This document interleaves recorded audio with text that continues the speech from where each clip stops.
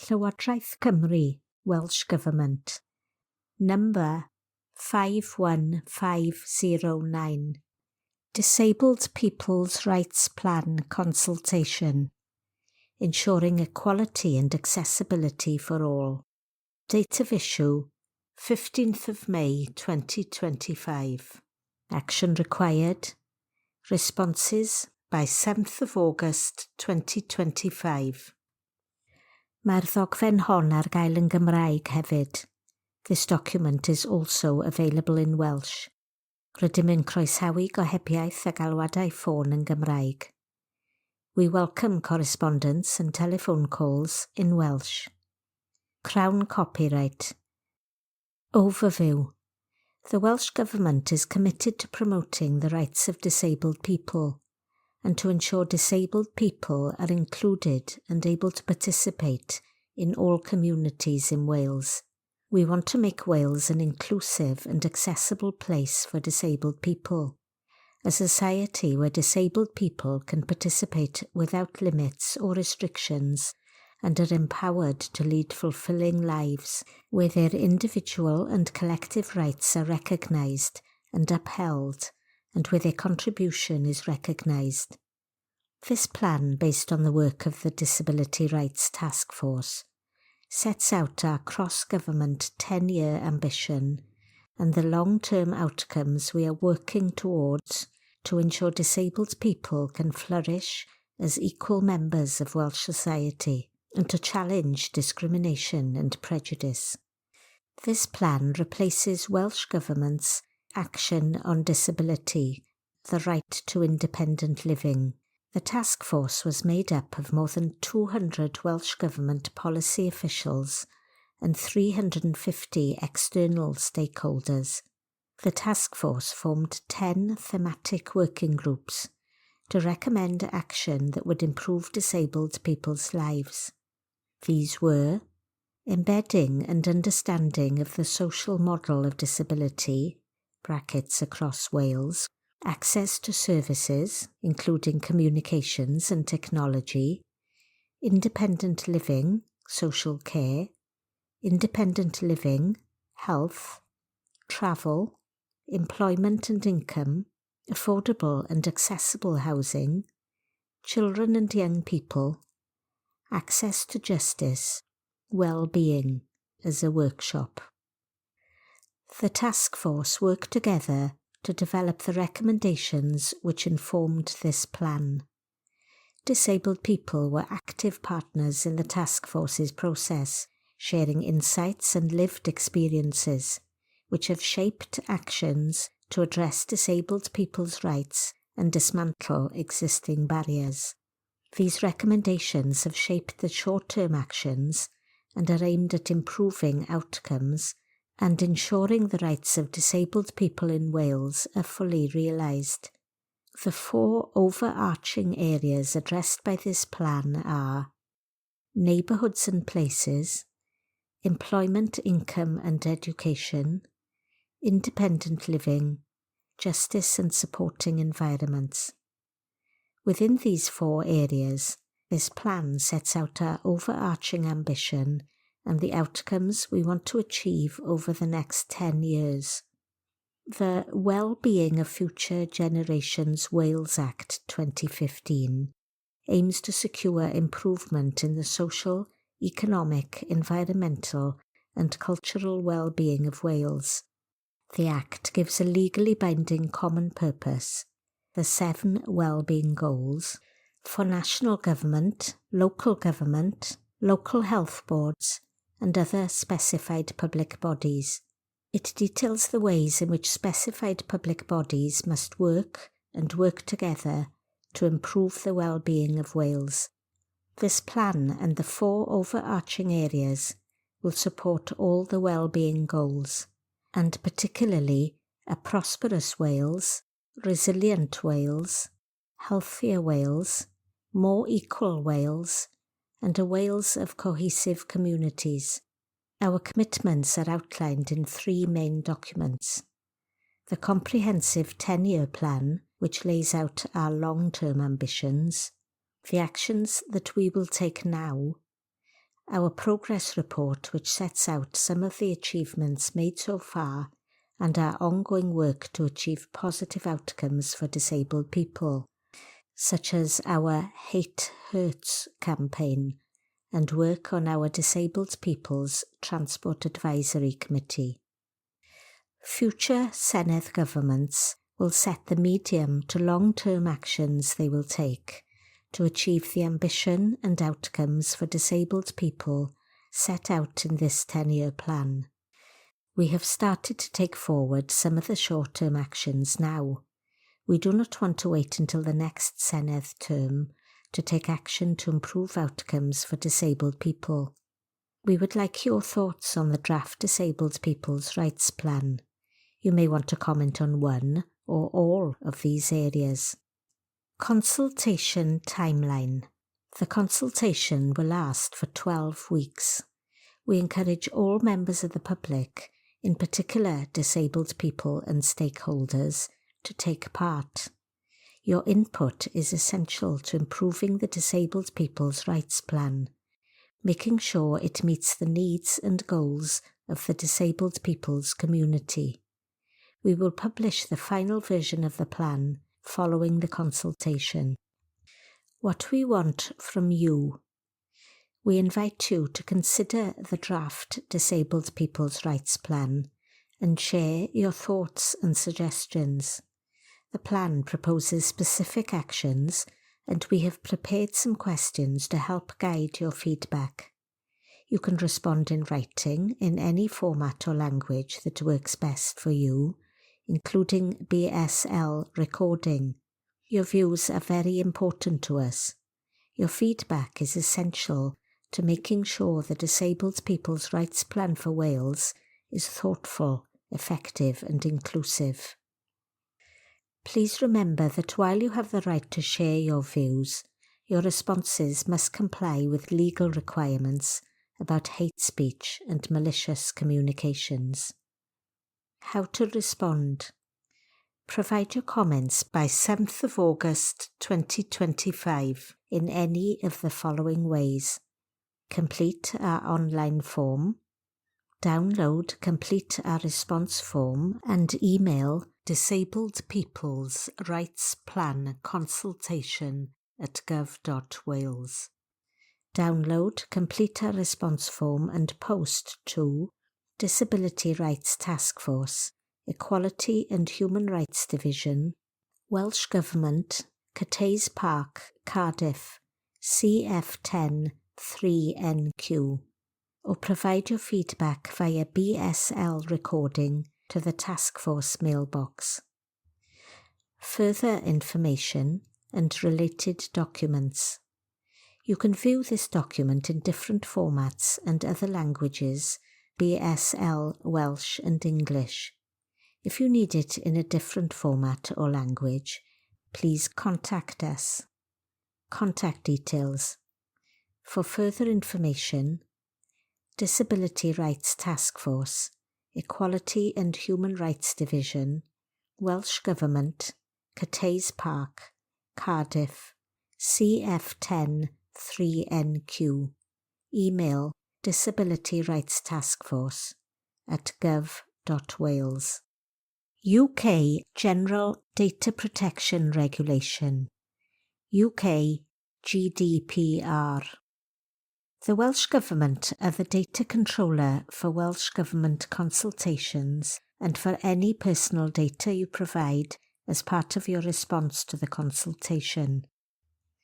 Welsh ministers have statutory powers they will rely on to process this personal data, which will enable them to make informed decisions about how they exercise their public functions.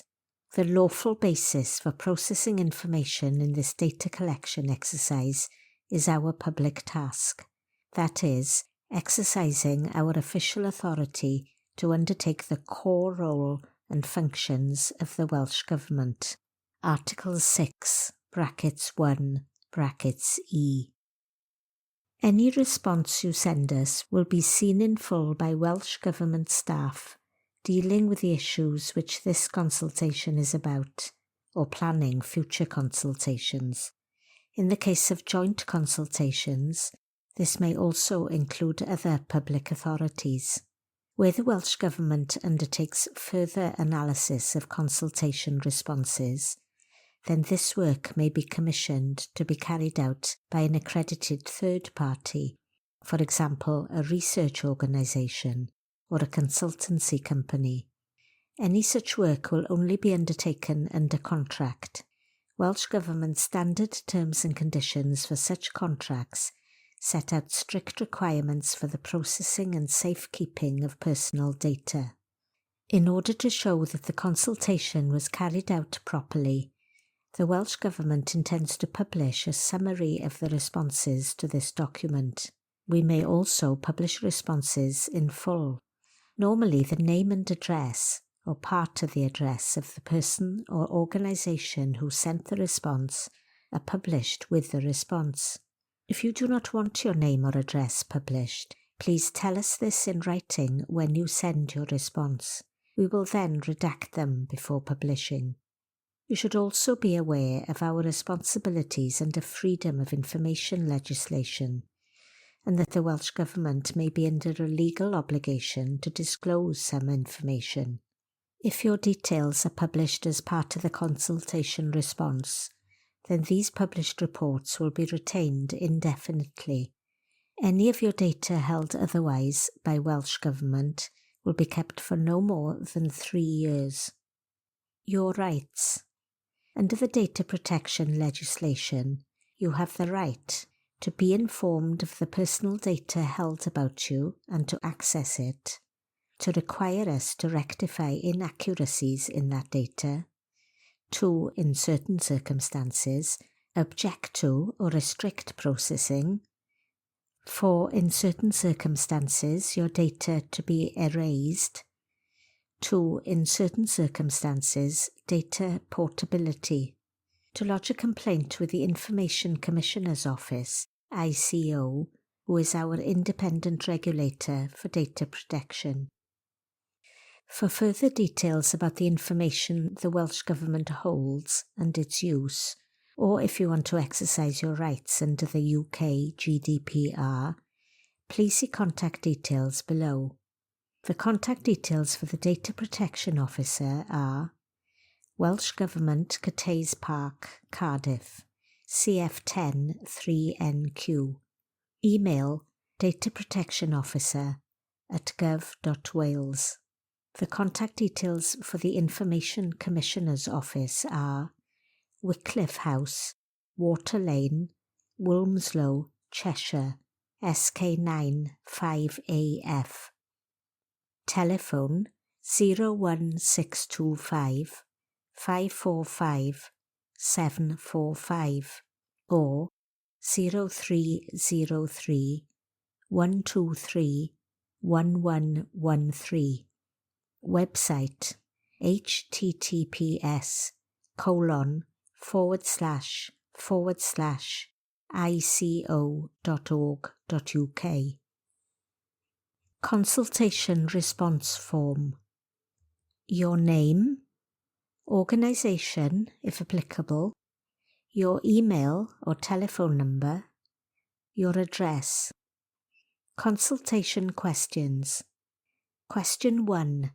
Our overarching ambition.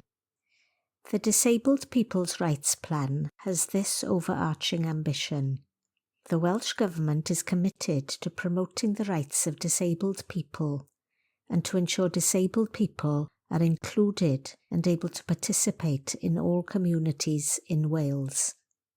We want to make Wales an inclusive and accessible place for disabled people, a society where disabled people can participate without limits or restrictions and are empowered to lead fulfilling lives, where their individual and collective rights are recognised and upheld and where their contribution is recognised.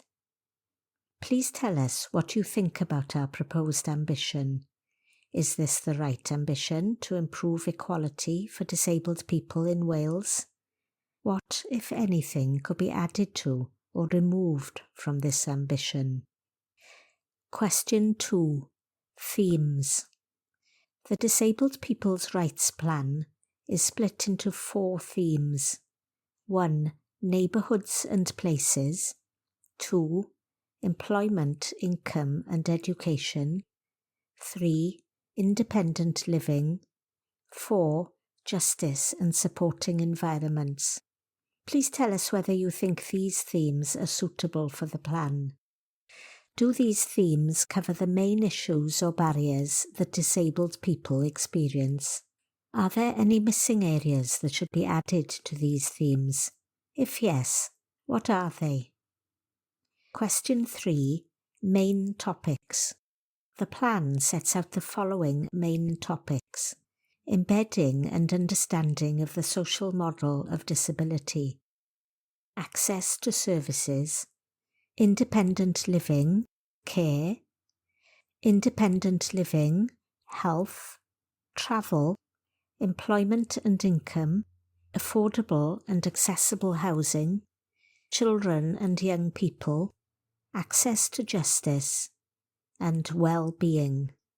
Do these topics cover the main issues or barriers that disabled people experience? Are there any missing areas that should be added to these themes? If yes, what are they? Question 4. Actions. The Actions document sets out the short-term steps we are taking now. There will be more actions by future governments to support us to achieve the long-term outcomes. Please tell us whether you think these short-term actions will help deliver the long-term outcomes. Will these actions help reduce the problems and barriers that disabled people face? Please give reasons for your answer if possible. Question 5. Outcomes, neighbourhoods and places. Will the proposed outcomes set out in neighbourhoods and places help reduce the problems and barriers that disabled people face? What, if anything, should be added or removed from these outcomes? Please give reasons for your answer if possible. Question 6. Outcomes, employment, income and education. Will the proposed outcomes set out in employment, income and education help reduce the problems and barriers that disabled people face? What, if anything, should be added or removed from these outcomes? Please give reasons for your answer if possible. Question 7. Outcomes, independent living. Will the proposed outcomes set out in independent living help reduce the problems and barriers that disabled people face? What, if anything, should be added or removed from these outcomes? Please give reasons for your answer if possible. Question 8. Outcomes, justice and supporting environments. Will the proposed outcomes set out in justice and supporting environments help reduce the problems and barriers that disabled people face? What, if anything, should be added or removed from these outcomes? Please give reasons for your answer if possible. Question 9. United Nations Convention on the Rights of Disabled People, UNCRDP. We have outlined in the Disabled People's Rights Plan how the actions and outcomes support the principles set out in the UNCRDP. Do you think that the plan promotes the main principles of access to rights and inclusion within the UNCRDP? Please give reasons for your answer if possible. Question 10. Monitoring and evaluation. The final section of the Disabled People's Rights Plan sets out the arrangements for the governance, monitoring and evaluation of the plan. This means checking how the plan is working, making sure it is going well, and measuring how well the plan is improving the lives of disabled people. Do you think any other governance, monitoring or evaluation mechanisms should be considered? Question 11. British Sign Language. What do you think the likely effects of the Disabled People's Rights Plan will be on deaf, British Sign Language or BSL signers? We are particularly interested in its potential impact on opportunities to use BSL in Wales. How will the plan help to promote and strengthen the use of BSL in Wales? How will the plan help to break down barriers for BSL signers in accessing information and services? Question 12. Welsh language.